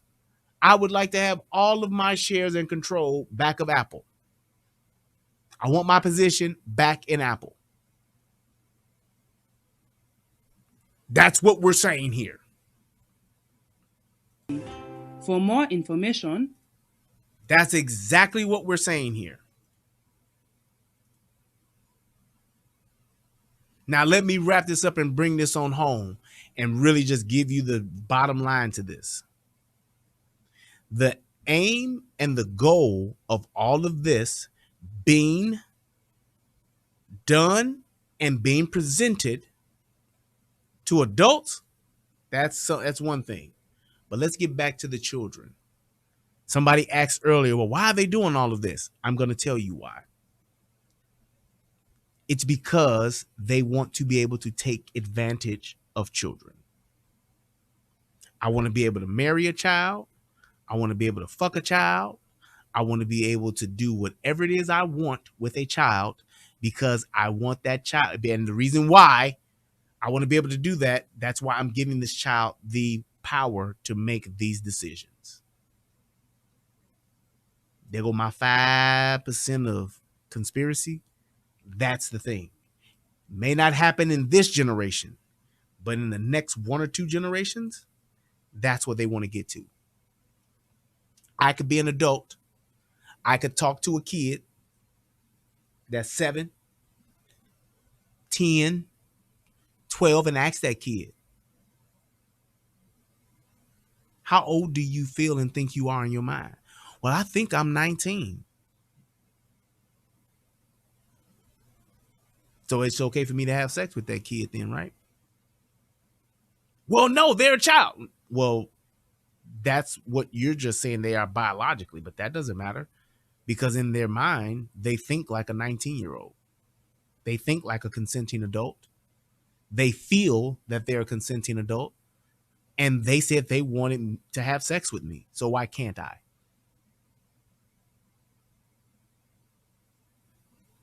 Why can't I? That's where it's going to get to. And I'm going to end it with this. I saw a video a while ago, and you can go and look this up. Joe Rogan said, or somebody that was on Joe Rogan's show said, or somebody told Joe Rogan this, and it made sense like a motherfucker. Every collapse of any society, the last phase of that society collapsing, that regime collapsing, Roman, probably one of the biggest. It was when it happened, and it occurred when the whole gender thing was brought about. For those of you that are biblical, look at what Sodom and Gomorrah was.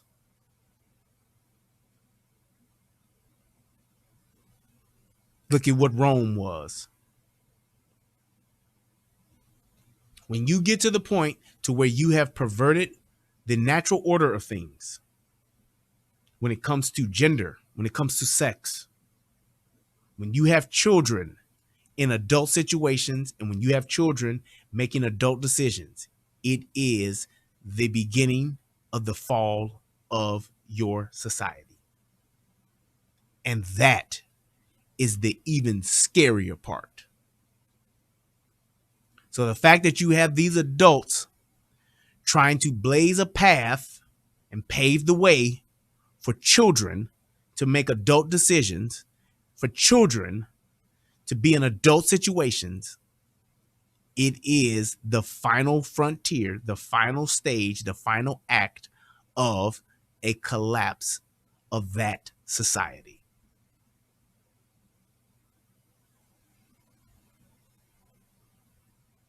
Every society that has fallen, every great society that has fallen, that's when it started happening. When it got to that point, to where you started to pervert the sexual orientation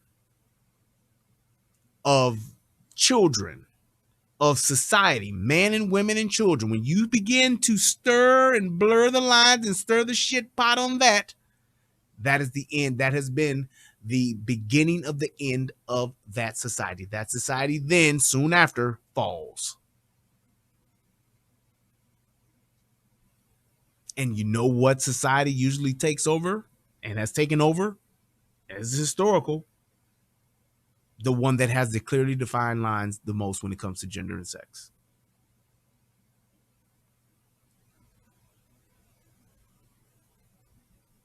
When those lines of the natural order of things, the natural biological order of things, when that begins to collapse, so does that society.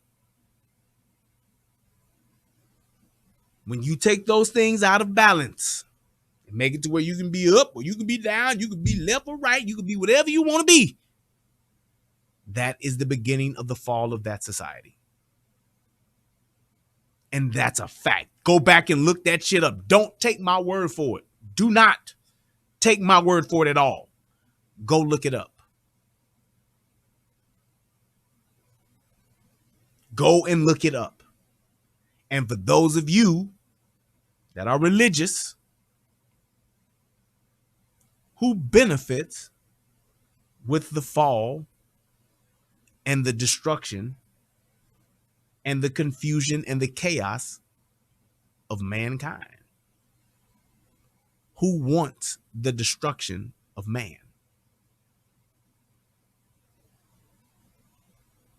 Who wants that?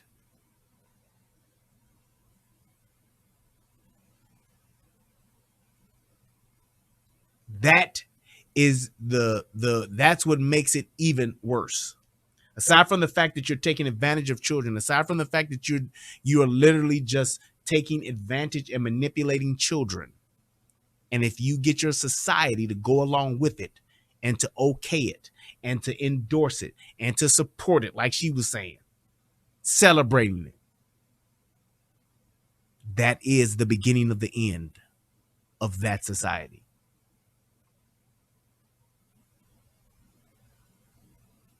So when you have people saying, oh, you guys are just paranoid, you're so archaic in your thinking and all. No, that's what it is. Those that are confused breed confusion. What's the old saying? Misery loves company. Those that are fallen want others to fall. They want to pull others down with them.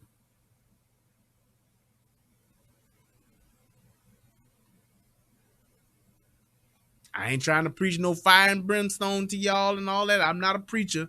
I'm just telling you what history has shown time and time and time again. Just like how there's no successful, no female-led society that has ever reigned in our fucking society, in our fucking world ever. When you hear people talking about women should be in charge, women would do a better job if they was in charge. Bullshit. It goes against the natural order of things. And when you begin to pervert nature, when you begin to pervert biology, you are doing nothing but putting the wheels of your own destruction in motion. You will destroy your society. You will collapse your society. It is the destruction of your society and your reign of whatever it is that you want to say you reigning over. It's the end. When you look at just what men do, what women do, and what children do and all that, when you look at the natural order of things,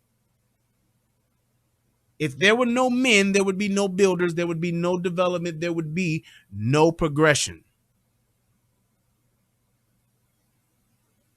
Just saying. That's what it is. That's the fact. That's the reality of what it is that these people are trying to bring about. They're just not saying it. When you have people literally going out trying to actually subvert the actual patriarchal order of things. We don't want men in charge. We don't want men leading. Look at what happened to those groups of people where men don't lead. Look right now today. Look at those groups of people where the men lead and the ones where the men don't. Who's in power? Who's in power the most? Who has the most control?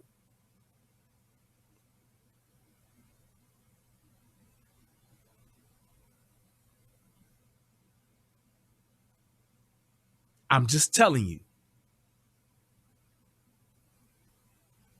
He said, Brian, not for nothing, but Egypt. And Egypt is what now? Look at Egypt and look at what it is now today. They had female heads. Look at it. What is it today? Fucking desert of fucking nothing. What the fuck is Egypt running today in the world? Is Egypt even a major power in the world? Nope.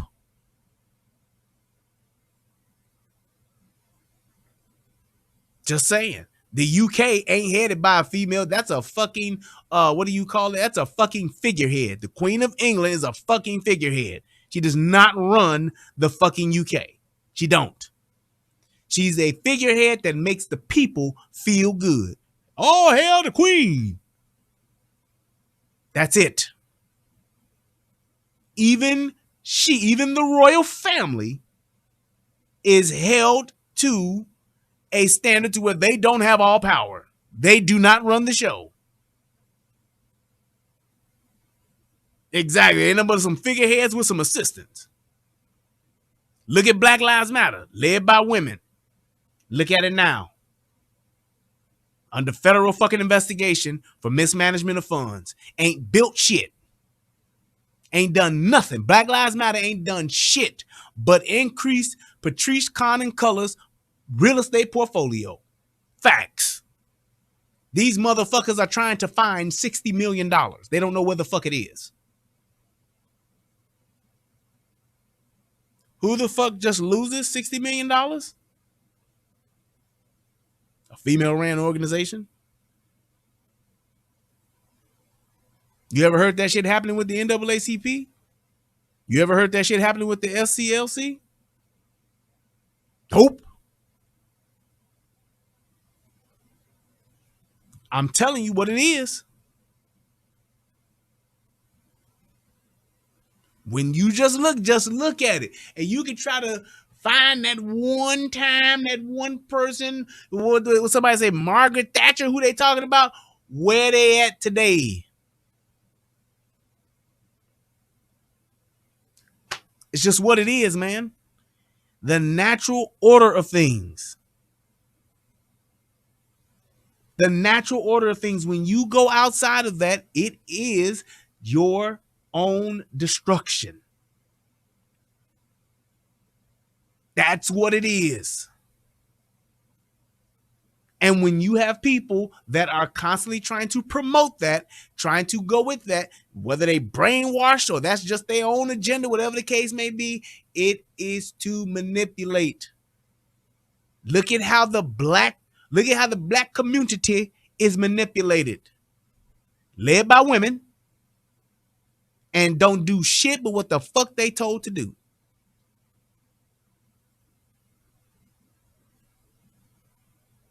And you wonder why niggas don't have nothing. Just saying. Now you go and look at the other groups. Look at what they got. What they did. What they said. What they gained. You just look at what they have. Look at the Asians in America. Let's just look at Asians in America. Let's not go overseas. Let's look at the Asians in America. Look at the Middle Eastern people in America. Look at all of the groups in America alone. Just America by themselves.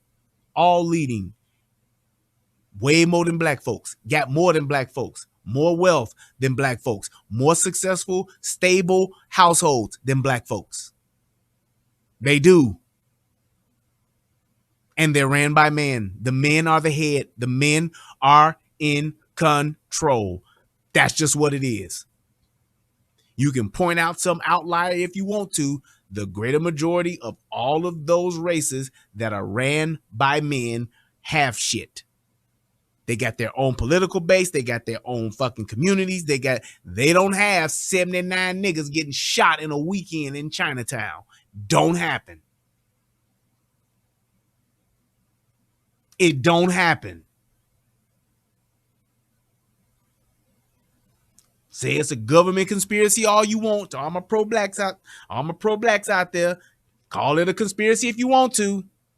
Just look at who's in charge.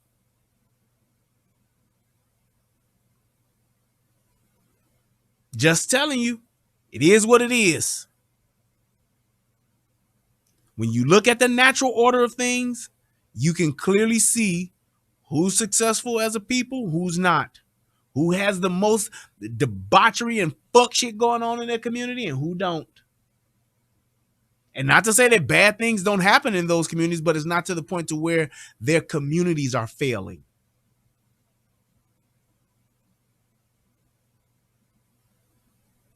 Asians got their handful of fucking mass shootings and mass stabbings and shit like that has happened. But they ain't got 83 niggas getting shot in a weekend, 4th of July weekend. Don't happen. When's the last time you seen 22 kids under the age of 17 shot and killed in a month in Chicago alone? Don't happen. We have to put ourselves in a position to where, hey man, we got to have some standards. One of those standards should be you don't put children in adult situations and you don't let children make adult decisions. That's fucking parenting 101. I love my children to death. Will lay down my life for them without a second thought. That's just what it is. However, I do not let my children make adult decisions. And I do not put my children in adult situations.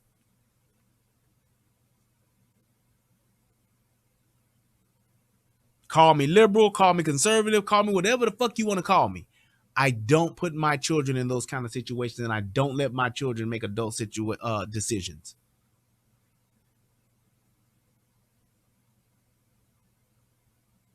Children are children for a reason. They are growing, they are changing each and every day. And that should be something that we all should take into account consistently.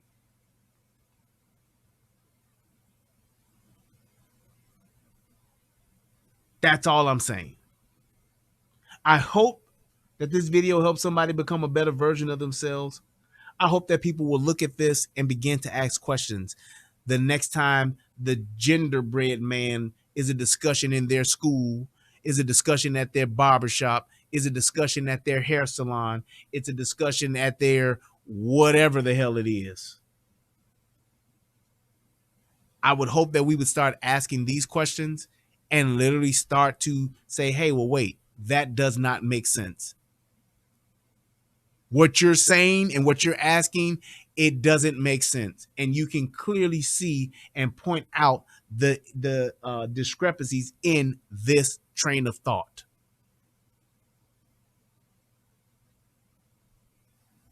That's just what it is. I want to thank everybody who donated. Thank everybody who clicked the like button. If you're watching this on the replay, please feel free to click that donate button and please feel free to leave your comments. Please do that. We have got to start taking a close look at ourselves as a society and realizing what we want and comparing that to what we're actually doing. We have to do that as Black folks. what we're allowing our people to do to each other is more detrimental than anything, any government, any conspiracy, any whatever it is you want to call it, anything else that is being done to us. Right now, our biggest threat to us is us, and that's to our own fault. Talk about the racism back in the 70s. Talk about the all of the stuff that happened to us, the slavery back in the 1800s. Hey man, we 70, 80, 90, 100 years later down the road and we still doing the worst? No. We're doing the worst to us. It's us. The worst that's happening to us is because of us. That's what we should be looking at, saying, well, hold on a goddamn minute. Let's stop that first, then we can get to all this other shit. Because I promise you, if you can get to that part first, the other things will start to heal themselves. The other things will start to correct themselves. The minute we stop pointing the finger down the street, the minute we stop looking over there, blaming back here, blaming over there, blaming down the street there, and start focusing on right here, right now, and looking at the person who's right next to us, looking just like us, acting a goddamn fool and addressing that, that's when we'll start to get better. That's when we'll start to make change. That's when we'll start to do better. That's when we'll see things turn around for us.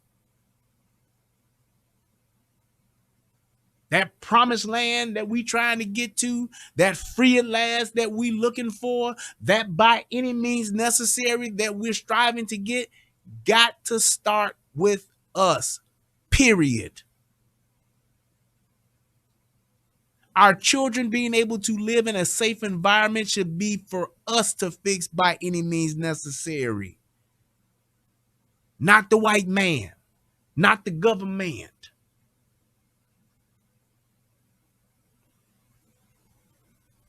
That's all it is. That's where it starts. People always talk about, well, how do we fix it? How do we change it?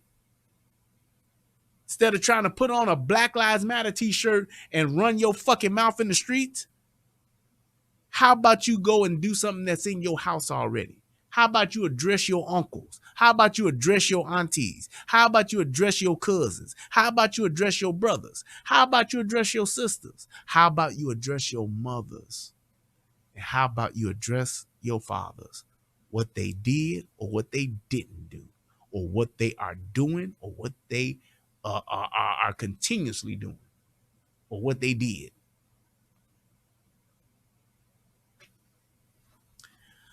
I hope you guys have a wonderful night. Thank you all so much for just being a part of this stream. I really love doing this with you guys. Please feel free to leave your comments and your thoughts in the comment section. Thank you to everybody that actually had something to offer up and actually contributed to the chat. It definitely helped with the conversation. I hope that somebody can watch this and really learn something and be better for it. Until next time, I love you guys. Peace. And I'm out. What's going on, everybody out there in the internet world? It's me, Brian Redmond, also known as the Relationship Rehab. And I need you to do two things. What are those two things? Subscribing to both my channels. I need you to go to the Relationship Rehab, subscribe to that channel, and then I need you to go to United Guns of America and go to that channel. Now you may be asking, why would I do that, Brian? Because it's two of the hottest channels on the internet. Come over there, give me your thoughts, give me your opinions, have conversations, because that's what it's all about. We talk about some of everything. Thank you, Kay. I appreciate the $5. Thank you, Paul. I appreciate the $5, man. I love you guys. Anything that's happening, I'm willing to have a conversation about it. So come on over. You don't got nothing else to lose, and you ain't got nothing else to do. So One more come thing. to my channel, subscribe ASAP, and join in on the fun. Twice the entertainment, 2 channels, twice the fun. Come on and have a funky good time with your boy. Peace, and I'm out. And let me tell you one more thing. If you don't have a Twitter account, get one. And also go to that Trump app, that Truth app, download it. Get it. This freedom of speech thing It matters, and it's gonna matter, especially down the line, especially when it's voting season and all that kind of stuff. If you don't have that Truth app, download it, fill it out, and get it now. And if you ain't, like I just started getting back on Twitter, get on it. The whole thing about freedom of speech and all that good stuff, that is extremely important. And the fact that Elon got his thing and got that Twitter thing going, that's what's up. A lot of people were questioning, well, how come Trump ain't getting back on Twitter? And why Trump didn't say, oh yeah, I'm coming back to Twitter. Because he put all of this money, all his time and energy into that Truth app. Get that Truth app if you have not gotten it. Get it. Get it. Get it. Get it. We need to make that Truth app and fucking Twitter bigger than Facebook, bigger than Instagram, and all of those other stifling ass, bigger than YouTube, all these other fucking stifling ass fucking social media apps. We got to change that. We got to make these spots the place to be so that we can have this freedom of speech. Trust and believe. It may not be what YouTube is right now, but it will get there as long as we support it. Get on it. Tell your friends to get on it. Tell your cousins to get on it. Tell your relatives to get on it.